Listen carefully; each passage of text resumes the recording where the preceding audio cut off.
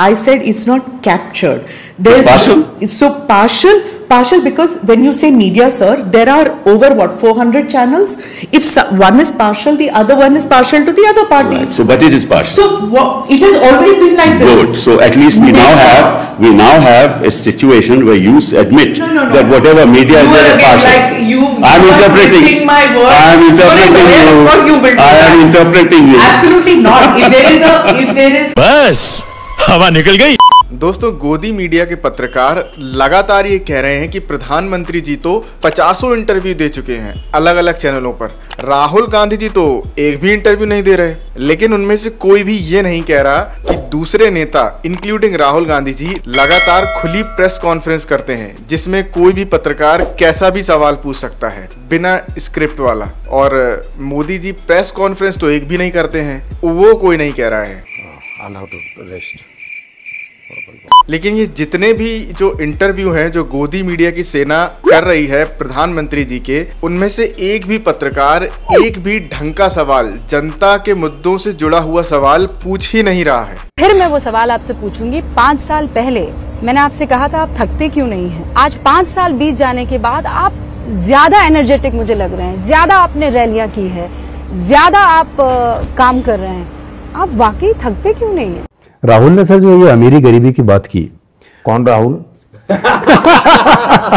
हमारे वाले राहुल। तो वो आपके वाले नहीं है। आज सर फॉर्म में एकदम, आज सर एकदम फॉर्म में। लेकिन मैं दूसरे वाले राहुल की भी बात करता हूँ। अब दूसरे वाले राहुल जो हैं वो सर आपकी जो छवि है वो है गरीबों के मसीहा की छवि। हमने देखा महिलाएं कैसे रोने लगती हैं जब आप जाते हैं। शादी का कार्ड छापते हैं, ऐसे शादी का प्रोग्राम छापा है। इन्होंने लिखा 1 जून को मेहंदी और 2 को केजरीवाल की विदाई,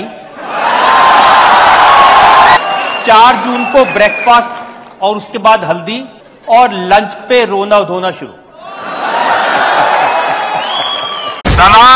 अगर गलती से कोई सवाल कर भी ले रहे हैं तो सामने वाला जो कह रहा है उसी को मान ले रहे हैं। कोई काउंटर क्वेश्चन हो ही नहीं रहा है, बस सामने वाला जो बोल रहा है उसी पे अपनी मुंडी हिलाते रहो।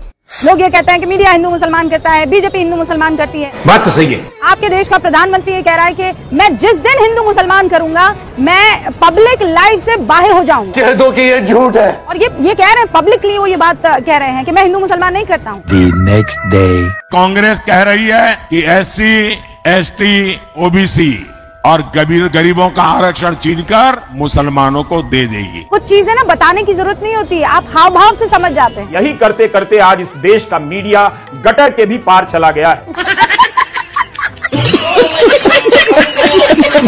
तो दोस्तों, वीडियो को अंत तक जरूर देखें और चैनल को सब्सक्राइब जरूर कर लें। मेरा ये चैनल सब्सक्राइब करें और मेरे हर अपडेट आपको मिले, इसके लिए बेल आइकन जरूर दबाइएगा। दोस्तों, इसी इंटरव्यू वाली कड़ी में गोदी गैंग होने की जिसने सारी हदें पार कर दी हैं वो है रजत शर्मा। तो मैं देख रहा हूं डिजिटल मीडिया पे किसने लिखा हौले हौले हो जाएगा प्यार, अब की बार 400 पार।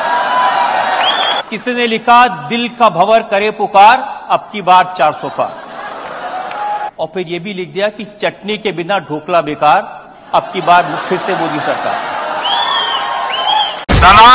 मतलब आप देश के प्रधानमंत्री का इंटरव्यू कर रहे हैं जहां आपको सवाल मणिपुर का करना चाहिए, 1200 रुपए के सिलेंडर का करना चाहिए, रोजगार का करना चाहिए, किसानों के बारे में करना चाहिए, वहां आप देश के प्रधानमंत्री को व्हाट्सएप मैसेज पढ़कर सुना रहे हैं। और क्रिएटिविटी का उदाहरण देखिए, लिखा है साइकिल से जाएं, हाथ से कमल का बटन दबाएं।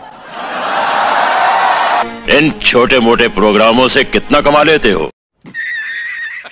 अभी रिसेंट की ही खबर है कि IIT करने वाले छात्रों को भी नौकरी की कोई गारंटी नहीं है। भारत में ये माना जाता है कि अगर किसी का एडमिशन IIT में हो गया तो उसका फ्यूचर सिक्योर हो गया है, उसकी नौकरी पक्की हो गई है। लेकिन अब ऐसा बिल्कुल नहीं है। IIT पास करने वाले 38% छात्रों का प्लेसमेंट नहीं हुआ है। RTI से मिली जानकारी के मुताबिक IIT के सभी 23 कैंपस में पढ़ने वाले करीब 38% छात्रों को अभी तक नौकरी नहीं मिली है। RTI में यह भी बताया गया है कि 2023 में 21% और 2022 में 19% छात्रों का कैंपस प्लेसमेंट नहीं हो पाया था। और इसके बाद भी हमारे शर्मा जी शादी का कार्ड जो कि व्हाट्सएप पे आता है वो पढ़कर सुना रहे हैं, बजाय इसकी कि रोजगार पर सवाल पूछा जाए। इन्होंने जैसे शादी का कार्ड छापते हैं ऐसे शादी का प्रोग्राम छापा है। इन्होंने लिखा 1 जून को मेहंदी और 2 को केजरीवाल की विदाई और उसके बाद हल्दी और लंच पे रोना धोना शुरू। 3 बजे ईवीएम की डोली में वापसी, 5 बजे विपक्ष की विदाई, 6 बजे विदाई का रोना और 7 बजे पप्पू जाएंगे इटली। नौकरी के नाम पे भड़वागिरी कर रहे हो तुम। मतलब टॉनिक से लेके रेड बुल तक हर सवाल पूछ लेंगे, लेकिन काम के सवाल कभी नहीं पूछेंगे। आपके अंदर वो एनर्जी क्या आती है? मेरे अंदर क्यूरोसिटी ये रहती है, क्या वो प्रोटीन मिल्कशेक है, क्या वो प्रोटीन सप्लीमेंट है, इंस्टेंट एनर्जी ड्रिंक है, रेड बुल है? पहली बात है कि एक तो मैं कोई गोली नहीं खाता, गालियां जरूर खाता। वेल डन, गालियां होनी चाहिए यार हमारे लिए।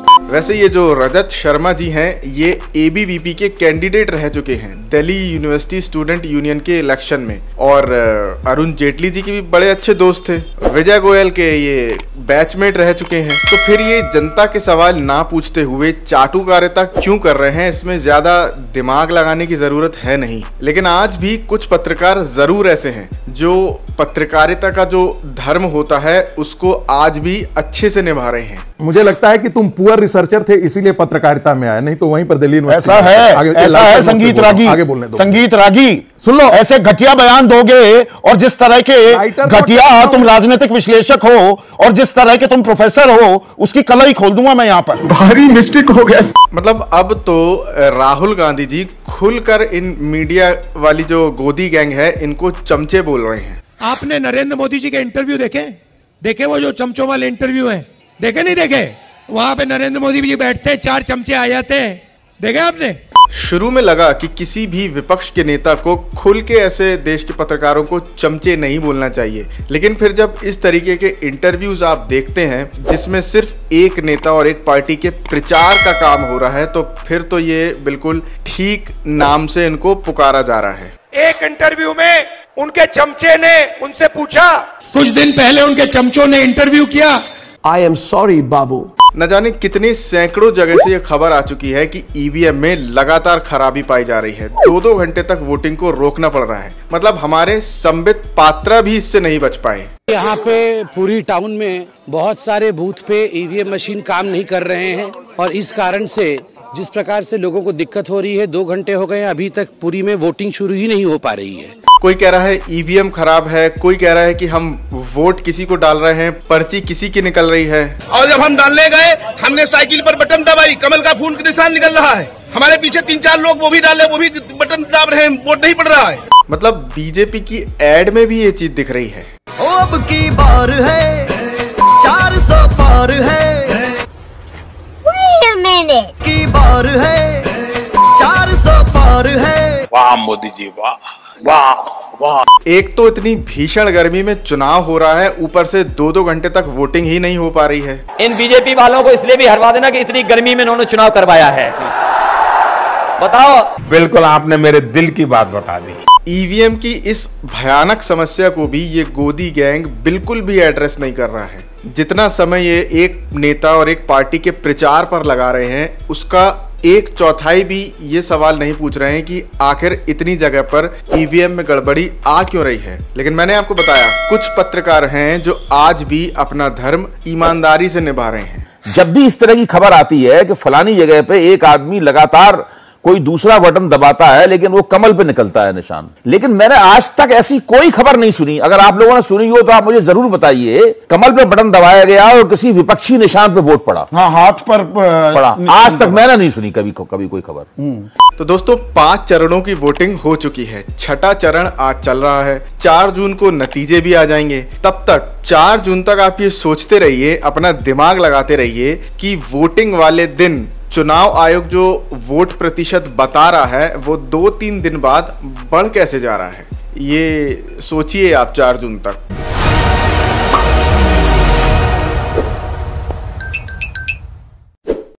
तो दोस्तों आज के लिए इतना ही, मिलते हैं आपसे अगली वीडियो में। तब तक के लिए जय हिंद, जय भारत। वीडियो पसंद आई तो वीडियो को लाइक करें, शेयर करें और चैनल को सब्सक्राइब जरूर कर लें।